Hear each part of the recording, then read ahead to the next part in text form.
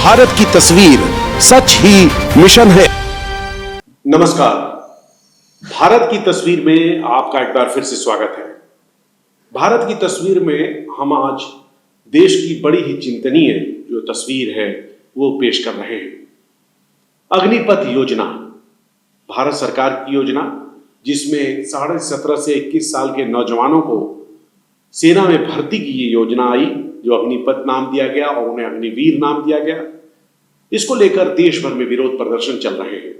कहीं ट्रेनें जलाई जा रही हैं, कहीं बसों को तोड़ा जा रहा है, कहीं सड़कों पर हंगामा हो रहा है, कहीं पे बेकसूरों को मारा जा रहा है। नौजवान युवक उग्र हो गए हैं। मामला बढ़ता देख सरकार ने उम्र सीमा को 23 साल तक के लिए बढ़ा दिया, 21 से 23 कर दिया। बावजूद इसके जो अराजकता है सड़क पर वो कम नहीं हो रही है। रेलवे लाइन पर अराजकता कम नहीं हो रही है। बिहार हो, उत्तर प्रदेश हो, राजस्थान हो, मध्य प्रदेश हो, हरियाणा हो, पश्चिम बंगाल हो, कोई भी राज्य हो, उपद्रव से अछूता नहीं है। नौजवान लड़के सड़कों पर उतर आए हैं, सरकार के विरोध में नारे लगा रहे हैं, जो कि उनका लोकतांत्रिक अधिकार है। लेकिन जिस तरीके से सरकारी संपत्ति, यहां तक कि प्राइवेट गाड़ियों तक को निशाना बनाया जा रहा है, कई बार बेकसूरों को मारा जा रहा है, उन पर ईंट पत्थर चलाए जा रहे हैं, इसे किसी भी सभ्य समाज में स्वीकार नहीं किया जा सकता। बिहार में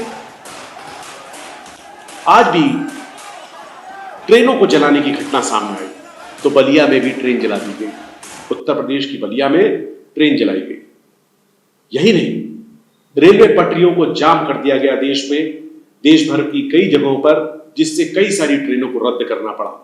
अब आप समझ सकते हैं कि इस विरोध की वजह से कितने लोगों को तकलीफों का सामना करना पड़ रहा है। हैरान कर देने वाली तस्वीर प्रधानमंत्री नरेंद्र मोदी के संसदीय क्षेत्र बनारस की है।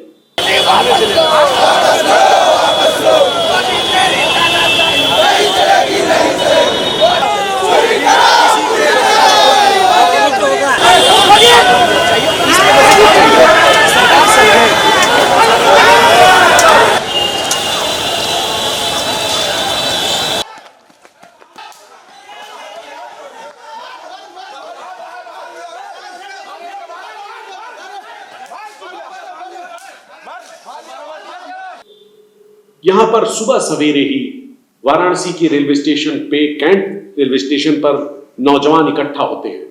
ये दूसरे जनपदों से आए हुए नौजवान हैं, जिन्होंने अपना मुंह कपड़े से ढक रखा है, नकाब बना रखे हैं ताकि इनकी पहचान ना हो सके।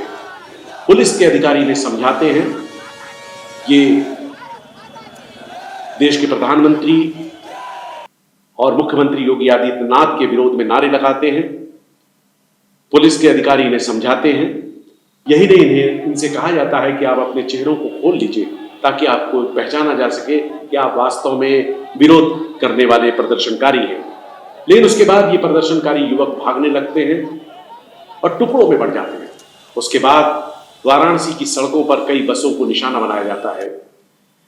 जितनी भी सरकारी बसें दिखती हैं उनके कांच को तोड़ दिया जाता है, यात्रियों को उतारकर खासा नुकसान पहुंचाया जाता है। यही नहीं, कुछ लोग अपने निजी वाहनों से जा रहे थे, उनके गाड़ियों को भी तोड़ा जाता है।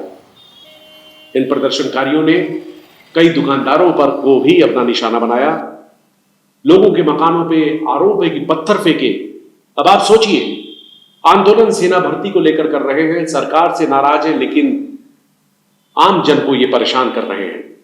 जिसके बाद पुलिस इन्हें धरपकड़ करती है तो ये कई जगहों पर छिप जाते हैं और अच्छा खासा नुकसान करते हैं। सड़कों पर गिरे हुए कांच के टुकड़े, गाड़ियों के बिखरे हुए कांच के टुकड़े, बसों के टुकड़े कांच के, एक तरीके से अफरा तफरी का माहौल फैल जाता है वाराणसी में। तस्वीर बनारस की भयावह रही।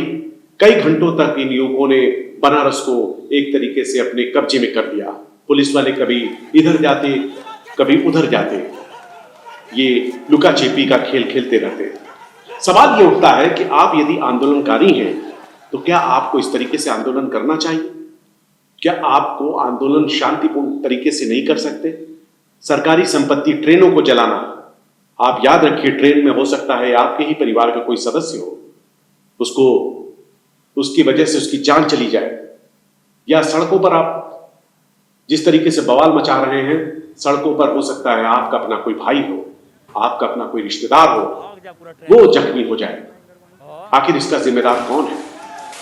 क्या आप इसी तरीके से सेना में भर्ती होकर देश की सेवा करेंगे, हिफाजत करेंगे, देश के लिए शहीद होने का वादा करेंगे? सवाल ये नहीं उठता कि आप जैसे नौजवान क्या इसी सूरत में देश की सेवा करेंगे? आप जैसे नौजवान तो पूरी तरीके से उन उपद्रवियों की तरह हैं जो पत्थर फेंकते हैं। आप सेना में भर्ती होने के लिए पत्थरबाजी कर रहे हैं। आप राष्ट्र हित में नहीं, राष्ट्रद्रोह की बात कर रहे हैं। सरकारी संपत्ति का नुकसान पहुंचा रहे हैं, स्थानीय लोगों को नुकसान पहुंचा रहे हैं। और यही वजह है कि कुछ स्थानीय लोग आपको धर पकड़ने की कोशिश कर रहे हैं, आप पर हमले कर रहे हैं। अब इसमें कितने लोग घायल हो जाएंगे, कितने नुकसान हो जाएगा, इसका आपको अंदाजा नहीं। देश भर में आंदोलन चल रहा है अग्निपथ योजना को लेकर।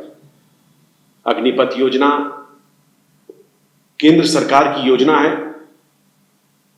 और इसी सरकार ने 21 से 23 साल उम्र बढ़ा दी है इस साल के लिए। और इसी बात को लेकर देश भर के नौजवान नाराज हैं। लेकिन भारत की तस्वीर के पास, हमारे पास जो एक्सक्लूसिव तस्वीरें हैं वो मैं आपको दिखा रहा हूं, किस तरीके से सड़कों पर नुकसान पहुंचाया जा रहा है, अफरा तफरी का माहौल पैदा किया जा रहा है। पुलिस प्रशासन खुद दबाव में है क्योंकि जुमे की नमाज का दिन रहा, उसको लेकर, सुरक्षा को लेकर। अब आप सोचिए कुछ ऐसी बसों पर हमले आप कर रहे हैं जो टूरिस्ट बसें हैं, प्राइवेट बसें हैं।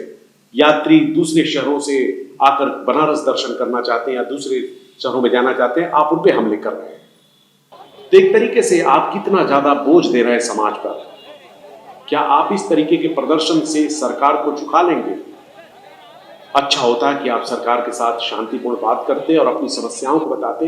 निसंदेह सरकार ने अगर 21 से 23 साल अग्निपथ योजना की उम्र कर दी है तो आपकी और भी समस्याओं को वो सुने।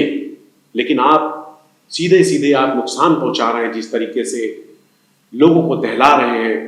ऐसा लग रहा है कि आप सभ्य घरों के लड़के नहीं हैं, आपके संस्कार में सभ्यता नहीं है। वास्तव में ये बहुत तकलीफ देने वाली तस्वीरें हैं।